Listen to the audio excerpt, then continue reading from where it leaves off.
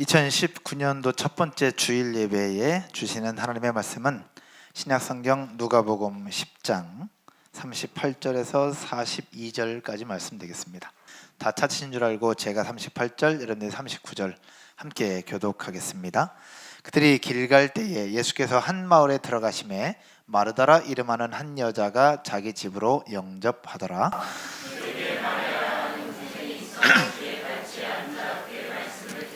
마르다는 준비하는 일이 많아 마음이 분주한지라 예수께 나아가 이르되 주여 내 동생이 나 혼자 일하게 두는 것을 생각하지 아니하시나이까. 그를 명하사 나를 도와주라 하소서.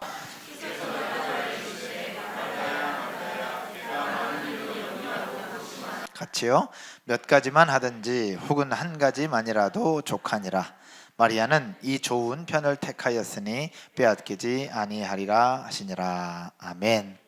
봉독한 말씀을 가지고 관계가 열매를 결정한다라는 제목으로 말씀을 나눌 때에 전하는 저에게도 그리고 듣는 여러분 모두에게도 하나님의 은혜와 깨달음이 있게 될 줄로 믿습니다.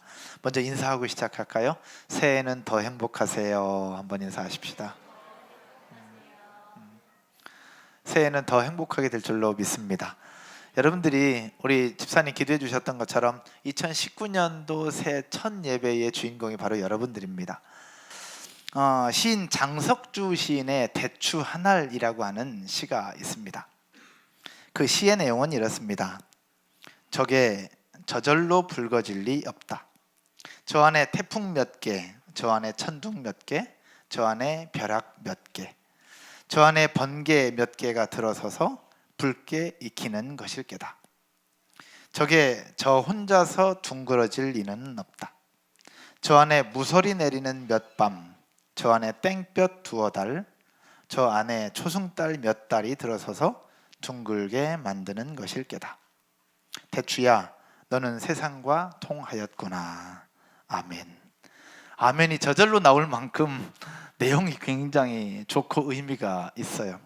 아멘을 하는 것이 맞는지는 모르겠는데 그냥 해봤습니다. 길가 또는 마당 한쪽에 서 있는 대추나무에서 1년을 돌아보면서 대추가 빨갛게 불긋불긋 그리고 탱글탱글하게 익어서 열매가 맺히는 부분들을 보면서 무관심한 농부 또 무관심한 생각으로는 야 이거 제대로 키우지도 않았는데 잘 자라네, 대추가 진짜 탱글탱글 열었네 라고 무심코 던질 수 있겠지만 관심과 정말로 중요한 생각들을 가지고 대추를 바라볼 때는 이런 시가 나올 수밖에 없다고 생각을 해봅니다. 그 대추가 열리고 파란 대추에서 붉게 그리고 먹을 수 있는 대추까지 탱글탱글하게 연글기까지는 한순간에 이루어지는 것이 결코 아니라는 거죠. 오늘 시에서 얘기하는 것처럼 태풍과 벼락과 천둥을 견디고 또 무소리와 땡볕과 초승달의 서늘함을 견딜 때 그리고 나서야 그 대추 알이 만들어지고 연글게 된다는 것이죠. 한마디로 얘기하면 열매는 그냥 저절로 되는 것이 아니라라는 것입니다. 분명한 과정이 필요하고 그 과정을 통해서 견딜 것 견디고 넘을 것 넘어야만 열매가 맺혀진다는 것을 이야기를 하고 있는 것입니다. 2018년을 마무리하고 2019년을 시작했습니다. 2018년 마무리하면서 생각보다 감사한 것이 참 많다라는 부분들이 여러분들과 나누면서 한 해를 마무리했습니다. 그러면 2019년을 마무리하는 2019년 12월 마지막 주일 그리고 송구영신 예배를 드릴 때에 저와 여러분들은 과연 어떤 고백을 드릴 수 있을까? 과연 2018년도보다 더 많은 감사, 더 많은 열매가 있었다라고 고백할 수 있을까? 저는 소원합니다.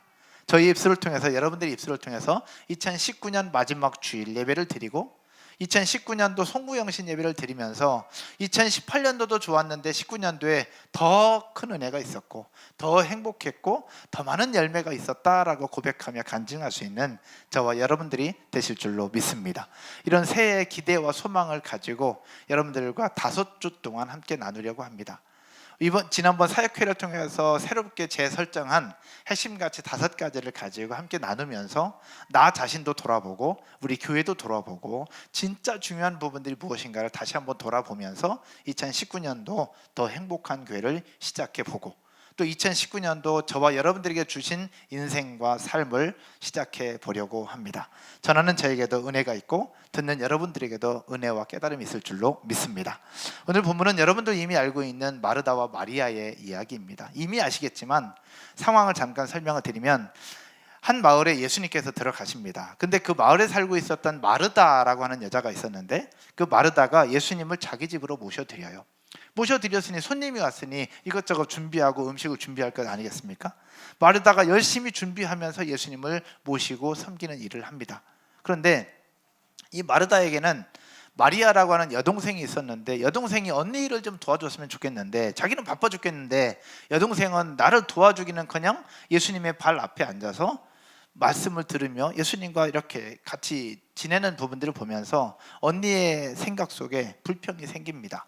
그러면서 예수님에게 요청해요. 예수님, 나 이렇게 바쁜데 내 동생이 나 혼자 일하게 두는 것을 왜 그냥 두십니까? 동생한테 얘기를 해서 언니 좀 도와주라고 얘기를 해주십시오 라고 그렇게 요청을 하고 있는 내용입니다. 근데 그 마르다의 요청을 들은 예수님께서 그럼 그렇게 하마라고 얘기하시는 것이 아니라 뭐라고 얘기하시느냐? 마르다야, 마르다야, 네가 많은 일로 염려하고 근심하는 건 맞고 또 여러 가지 열심히 하는 것 좋다. 근데 몇 가지만 하든지 혹은 한 가지만이라도 그것도 괜찮다. 그러니 마리아는 이 좋은 편을 선택했는데 마리아는 이걸 뺏기지 않을걸? 라고 얘기를 하고 있는 겁니다. 이런 장면들 이미 여러분도 아실 것인데 예수님께서 마르다의 요청과 마르다의 기대를 깨고 그녀의 이름을 2번씩이나 부르면서 그녀의 생각을 바꿔줍니다. 근데 생각을 바꿔줌과 동시에 무엇을 얘기하느냐? 이 동생이 나를 좀 도와달라고 요청하면서 불평하고 있는 마르다의 생각을 바꿔주시면서 지적하는데 그 지적하는 내용이 무엇을 얘기하는 것이냐? 주님의 발 앞에 앉아서 그분의 말씀을 듣고 있는 마리아는 그것을 선택했다라는 거예요. 마르다는 일하는 것을 선택한 거고 마리아는 주님의 발 앞에 앉아서 말씀 듣는 것을 선택했는데 너는 그 일을 하고 마리아는 이걸 선택했는데 왜 마리아한테 그걸 선택했다고 뭐라고 하느냐라는 이야기가 그 속에 담겨 있는 겁니다. 여러분, 모든 사람들은 내가 무엇을 생각하고 무엇에 집중하느냐가 정해져 있고 그 궁극적인 목적과 목표를 가지고 중요한 결정을 하게 되는 것인데 스티븐 코비가 지었던 성공하는 사람들의 7가지 습관이라는 책이 있습니다. 이 책에서 나오는 7가지 습관 중에 2가지의 습관이 오늘 내용과 연결이 되는 부분이에요. 2가지 습관 중에 하나가 무엇이냐? 성공하는 사람들은 궁극적인 목적과 목표를 다 가지고 있다라는 거예요. 이 궁극적인 목적과 목표를 가지고 살아가는 습관이 바로 성공하는 일들을 이루게 된다라고 얘기하고 있는 것인데 그러면 그 습관뿐만 아니라 또 하나의 습관은 무엇이냐? 궁극적인 목적과 목표를 가지고 있는 습관과 더불어 중요한 결정을 함에 있어서 궁극적인 목적과 목표에 따라서 그 다음 결정도 하는 습관을 가지고 있다라는 것입니다. 그렇게 볼 때 오늘 마리아는 무엇을 선택한 것이냐? 마리아에게 있어서 궁극적인 목적과 목표는 무엇이었냐? 예수 그리스도였던 거예요. 그리고 예수님을 섬기는 것도 중요할 수 있겠지만 섬기는 것보다 더 중요한 것이 무엇이었느냐? 예수님의 발 앞에 앉아서 말씀을 듣는 것이 더 중요하다고 생각을 했고 그것을 선택했던 마리아의 모습이었고 마르다는 그와 다른 부분이었는데 마르다는 마리아에게 왜 나를 안 도와주냐라고 얘기를 하고 있는 부분이 오늘 본문의 전체적인 내용인 것입니다. 여러분, 오늘 본문에서 볼 때에 마르다가 마리아보다 일을 더 많이 하는 것 같죠? 그렇죠? 그냥 볼 때 마르다가 훨씬 더 일을 많이 하잖아요. 그냥 마리아는 예수님의 발 앞에 앉아서 그냥 설교만 듣는 것 같고 말씀만 듣는 것 같고 어떻게 볼 때 마르다가 훨씬 더 일을 많이 하는 것처럼 보여요. 오늘 본문상으로 볼 때. 그런데 오늘 본문 이후의 성경들 그리고 마태, 마가, 누가, 요한복음, 사복음서를 쭉 볼 때에 오늘 본문 이후에 등장하는 인물은 마르다가 아니라 마리아입니다. 마리아가 훨씬 더 많은 일들을 감당하고 마리아가 훨씬 더 많은 이름이 등장을 하게 됩니다. 그건 무엇을 얘기하고 있는 것이냐? 마리아는 일을 하기 싫은 것이 아니고 일을 안 한 것이 아니라 지금 현재 상황 속에서 중요한 것이 무엇인가를 더 먼저 선택했는데 그 선택한 것이 주님의 발 앞에 엎드려 말씀을 듣는 것이었다라는 것을 이야기를 하고 있는 것입니다.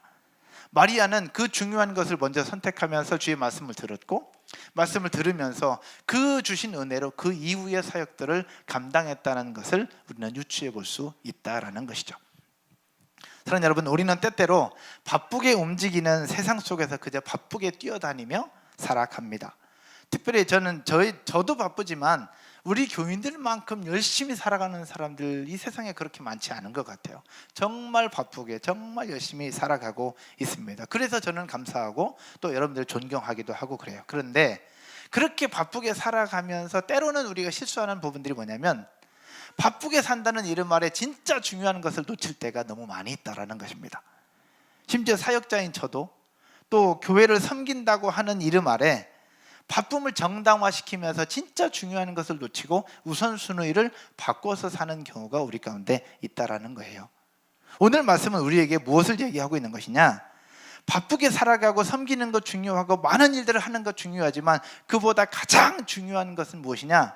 주님의 말씀 앞에 엎드리고 주님과의 친밀한 관계를 누리고 주님과의 교제를 누리는 것이 그 어떤 일보다 더 중요하다는 것을 우리에게 보여주는 말씀임을 믿으시기를 주의 이름으로 축원드립니다. 주님과 함께하는 예배가 다른 어떤 섬김이나 어떤 시간보다 더 중요하다라는 것입니다. 왜냐하면 모든 크리스찬들에게 있어서 궁극적인 목적과 목표는 누구냐? 예수 그리스도니까요. 할렐루야. 모든 그리스도인들에게 궁극적인 목적, 궁극적인 목표는 예수 그리스도입니다. 그럼 스티븐 코비가 얘기했던 습관 중에 그거잖아요. 궁극적인 목적, 궁극적인 목표가 있다. 우리 그리스도인들에게는 그 목표가 예수 그리스도예요. 그러면 두 번째 이어지는 습관은 바로 무엇이냐? 그 목표가 있다면 그 목표에 따라서 올바른 결정도, 우선순위를 정하고 결정하라라는 것입니다. 여러분, 하나님의 마음에 합했던 사람 다윗 왕, 여러분 다윗 왕이 가장 원했던 일이 뭘까요? 여러분, 왕으로 한 나라를 통치하고 하나님 앞에 쓰임받았던 다윗 왕이 가장 원하고 가장 바랬던 일이 있는데 그게 과연 뭘까? 여러분 뭐겠습니까? 성전을 건축하는 것? 또 백성들을 통치하는 것? 여러 가지 일들이 있겠지만 다윗 왕이 가장 원하고 가장 바랬던 한 가지가 있어요. 성경 한번 봅시다. 시편 27편입니다. 여러분이 한번 읽어볼까요? 다윗 왕의 마음을 가지고 같이 읽겠습니다. 시작.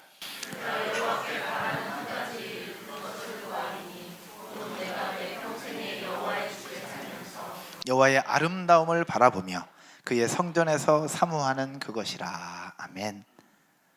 성전을 짓는 것이 다윗 왕이 바라는 것이었을까요? 그럼 성전을 왜 지으려고 했던 것일까요?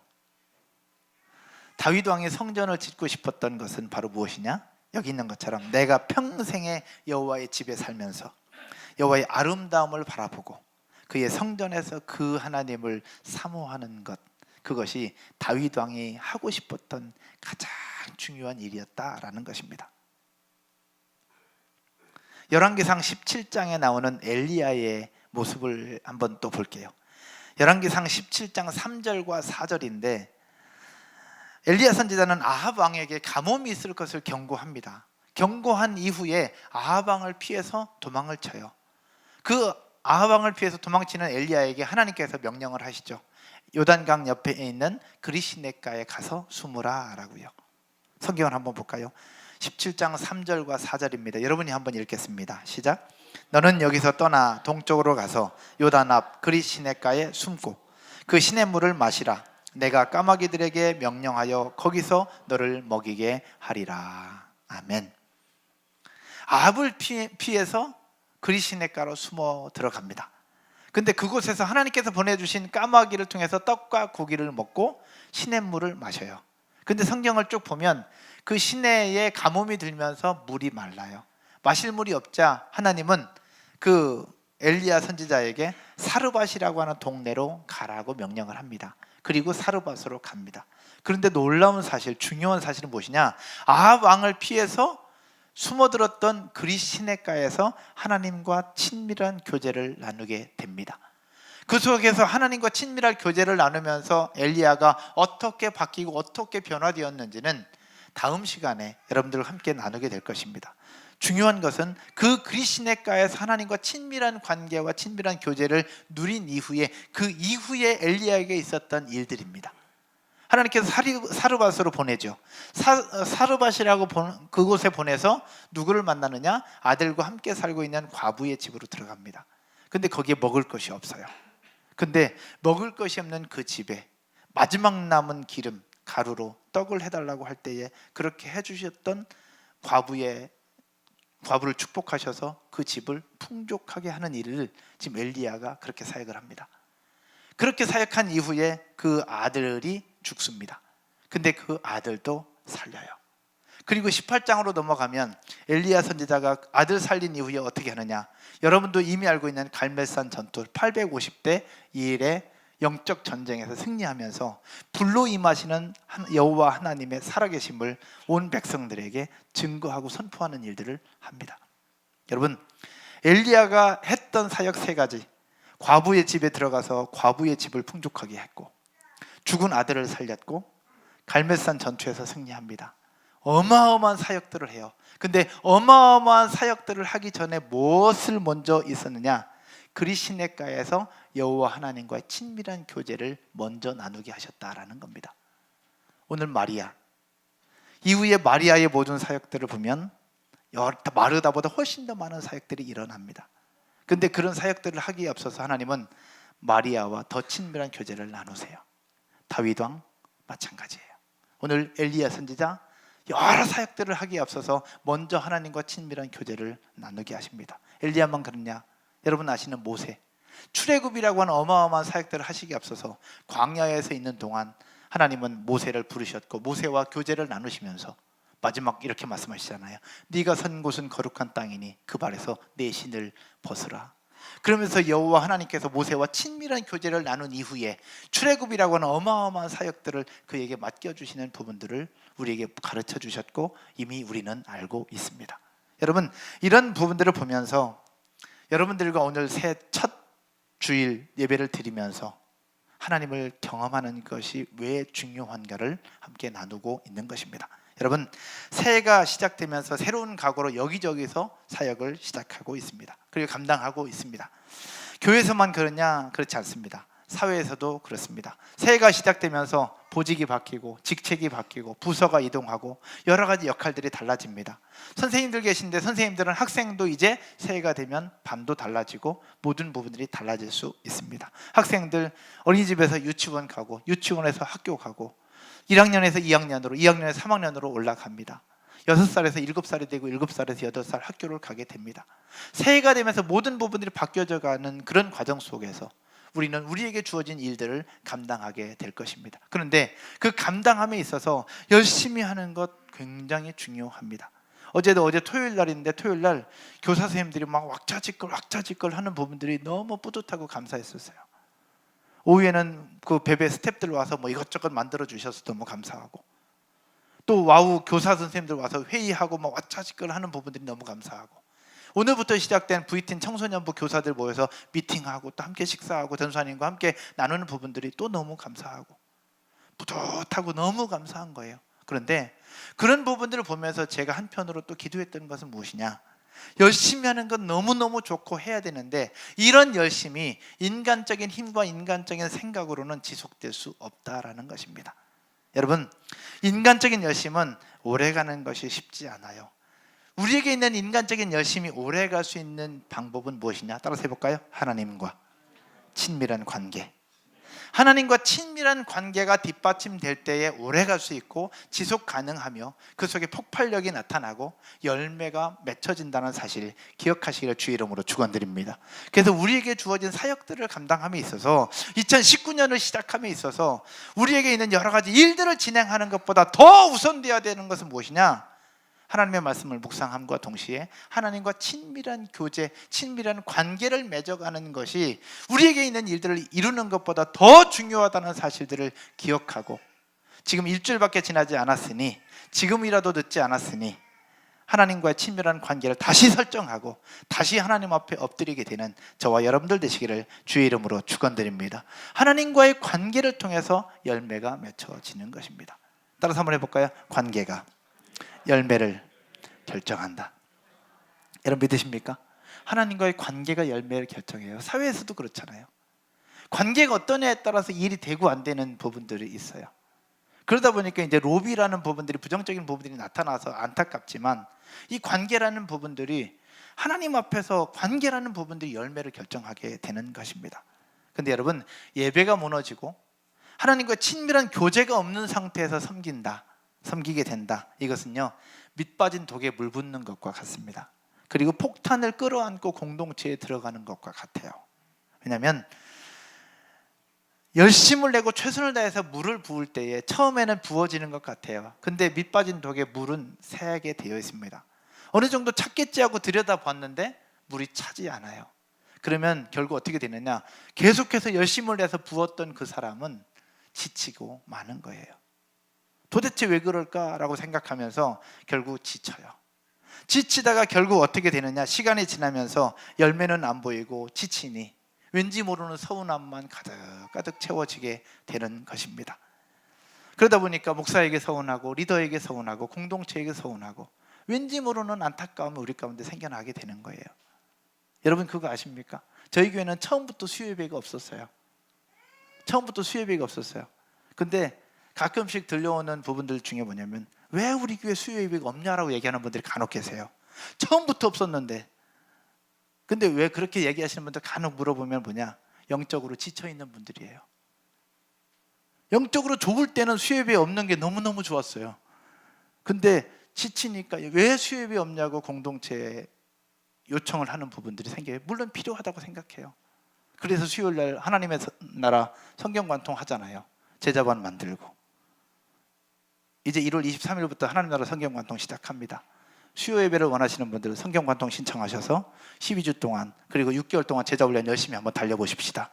근데 수요 예배 만들어 달라고는 하는데 수요일날 만들어 놓으면 신청을 안 해요. 재밌죠?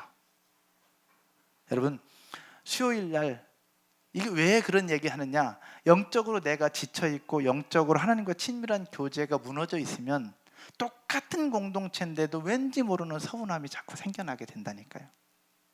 그래서 우리 주일학교 교사 섬기는 분들 계시고, 여기 있는 거의 대부분의 셀 리더들, MG 리더들 계시는데, 여러분 리더로 섬기는 것 굉장히 중요하고, 또 MG 리더로 섬기는 것 중요하고, 주차로 안내로 세가족으로 섬기는 것 다 중요한데, 그 중요한 것보다 더 중요한 것은 무엇이냐, 따라서 해볼까요? 하나님과 친밀한 관계를 나누라. 하나님과 친밀한 관계를 나누면서 하나님을 경험할 때 그 사역도 감당할 수 있다라는 겁니다. 할렐루야. 근데 우리는 이것을 놓칠 때가 많아요. 누구처럼? 마르다처럼. 마르다가 잘못한 건 아니에요. 왜? 누군가는 섬겨야 되죠. 근데 마르다가 잘못한 건 아니야. 근데 예수님이 지적한 것은 무엇이냐, 네가 잘못한 건 아니지만 마리아한테 뭐라고는 하지 말라는 거예요. 새해가 시작되면서 저와 여러분과 함께 소원하는 부분들이 있습니다. 영적으로 무너지면, 큐티가 무너지면, 말씀이 무너지면 왠지 모르는 서운함이 생기니 말씀을 다시 일으키고, 예배를 다시 일으키고, 하나님과의 친밀한 관계를 다시 일으키는 저와 여러분들이 되실 줄로 믿습니다. 따라서 한번 할까요? 하나님 앞에 드려진 시간이 승부수를 결정한다. 여러분, 하나님 앞에 드려진 시간이 승부수를 결정합니다. 목회자도 그렇고, 리더도 그렇고, 교사도 그렇고, 사역 섬김이들도 그렇습니다. 예배가 무너진 상태에서 섬기는 것은 서로 다 힘들게 됩니다. 그러므로 사랑하는 여러분, 이제 일주일 지나는 이때에 하나님과의 관계를 재설정하면서 다시 하나님 앞에서 바짝 잡아서 다시 일어나 우리에게 주어진 사명도 감당하고, 직장 생활도 하고, 또 가정에서도, 또 양가 부모님과의 관계 속에서도, 그리고 교회 안에서도 멋진 인생을 살아 2019년도 말에는 대추처럼 탱글탱글한 열매가 맺혀지고 그 열매를 따먹게 되는 저와 여러분들이 되실 줄로 믿습니다. 1일부터 21일까지 우리가 21일간의 기도회를 진행하고 있습니다. 여러분 각자 집에서 위치에서 동참하고 계시죠? 예, 동참하고 계시죠? 동참하고 계시죠? 예, 대답 설계 점점 줄어들고 있어요. 동참하고 계시는 거라고 믿고 저는 감사해요. 그런데 1일부터 21일 중에 하루는 좀 와봐야 되지 않겠습니까? 여러분 집에서 기도하는 거고 교회에서 기도하는 거고 또 다르잖아요, 그죠? 그러면 평일은 늦게 퇴근하니까 이해돼요. 그럼 토요일은요? 토요일은 주일 준비해야 되니까 일찍 자야 되죠. 그죠? 그럼 주일은요? 월요일날 출근해야 되니까 일찍 자야 돼요. 그럼 평일은 그러면 전 소원합니다. 각자 위치에서 기도하는 것 중요하지만 적어도 매일은 아니어도 괜찮아요. 그러나 21일 중에 단 하루는 와서 같이 기도하고 공동체를 위해서, 교회를 위해서, 또 여러분 셀 공동체를 위해서, 리더들을 위해서 함께 기도로 동참하고 기도로 동역할 수 있는 저와 여러분들이 되실 줄로 믿습니다. 한 재밌는 이야기가 있었습니다. 한 교회에서 사업을 크게 하시면서 아주 열심히 그 사회 활동을 하시는 집사님이 계셨습니다. 근데 교회에 중요한 모임이 있었는데 그 중요한 모임에 이 집사님도 중요한 사업차 골프 치러 가셨던 거예요. 근데 그 사실을 알고 목사님께서 전화를 하셨습니다. 집사님 보고 싶은데 함께 오셨으면 좋겠는데, 그랬더니 집사님께서 저는 지금 여기 골프 치고 있지만 제 마음은 교회에 있습니다. 목사님 죄송합니다. 제 마음을 일단 받아주십시오. 그랬더니 목사님께서 알죠. 제가 집사님 마음 알죠. 근데 다음에는 그 마음은 골프 치러 보내고 집사님은 몸만 좀 오십시오 라고 얘기했대요. 마음은 골프 치러 보내고 몸은 좀 오시라고. 여러분, 마음이 있으면 몸도 오는 것이 훨씬 더 좋습니다. 할렐루야. 여러분, 2019년도에 기도회도 기도회지만 기도회보다 더 중요한 것, 큐티를 하든 예배를 드리든 기도를 하든 하나님과 친밀한 교제가 다시 세워지게 되기를 주의 이름으로 축복합니다. 옆에 분들 한번 인사하십시다. 우리 하나님을 경험하고 하나님과의 관계를 다시 일으키십시다. 이렇게 한번 인사하겠습니다.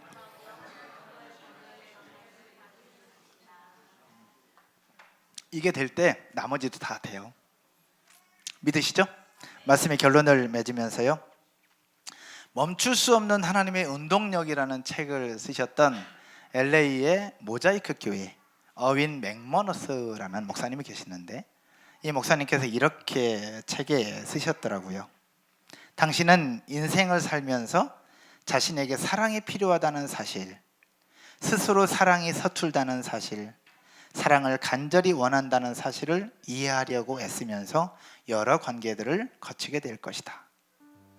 그러는 사이에 당신 마음이 보내고 있는 신호들, 즉 당신이 하나님을 찾고 있다는 사실을 놓칠지도 모른다. 사랑을 갈구하고 인정을 갈구하면서 주어지는 여러 일들을 하게 될 것이다. 그런데 여러 일들을 하는 과정 속에서 나도 모르는 사이에 그 여러 일들보다 더 중요한 하나님과의 관계, 그것을 놓칠지도 모른다라는 거예요. 남에게 인정받고 싶은 욕구, 이것은 어떻게 채워지느냐? 하나님 앞에서 나를 인정하고 내가 하나님을 인정할 때에 그 욕구도 채워진다는 사실을 저는 기억합니다. 한 사람을 여러분들과 소개하고 오늘 말씀을 마칠까 합니다. 이 사람은 바로 한 형제입니다. 그의 이름은 반석이었습니다. 예수님께서 지어주셨던 이름이죠. 하지만 그는 그의 삶을 보면 반석처럼 살지는 못했습니다. 이리 흔들리고 저리 흔들리는 삶을 살았거든요. 그는 끊임없이 주님 앞에 인정받고 싶은 마음에 나서기를 좋아했습니다. 물 위를 걸어 보았지만 이내 빠지고 말았고요. 예수님이 잡히시던 밤에 남들은 다 예수님을 모른다 하더라도 자신은 절대 예수님을 배반하지 않겠다고 호언장담하며 큰 소리를 떵떵 치던 사람이었습니다. 그런데 가야바의 법정에서 예수님을 3번이나 부인하고 맙니다. 예수님이 끌려가는 모습을 보면서. 그렇게 3번 부인하자마자 닭이 3번 울었고, 얼마나 비참하게 무너져 내렸는지 베드로는 고개조차 들 수가 없었습니다. 그 새벽 끌려가던 예수님께서 베드로를 바라보셨습니다. 근데 그 예수님의 눈빛은 베드로를 배반했다고 원망하는 눈길이 아니라 예수님을 배신하고 나서 너무나도 슬퍼하고 아파하는 베드로를 향한 따뜻한 긍휼의 마음이었고 사랑의 마음이셨습니다. 그 순간 베드로는 예수님과 눈이 마주친 후에 밖으로 나가 통곡하며 울고 눈물을 흘립니다.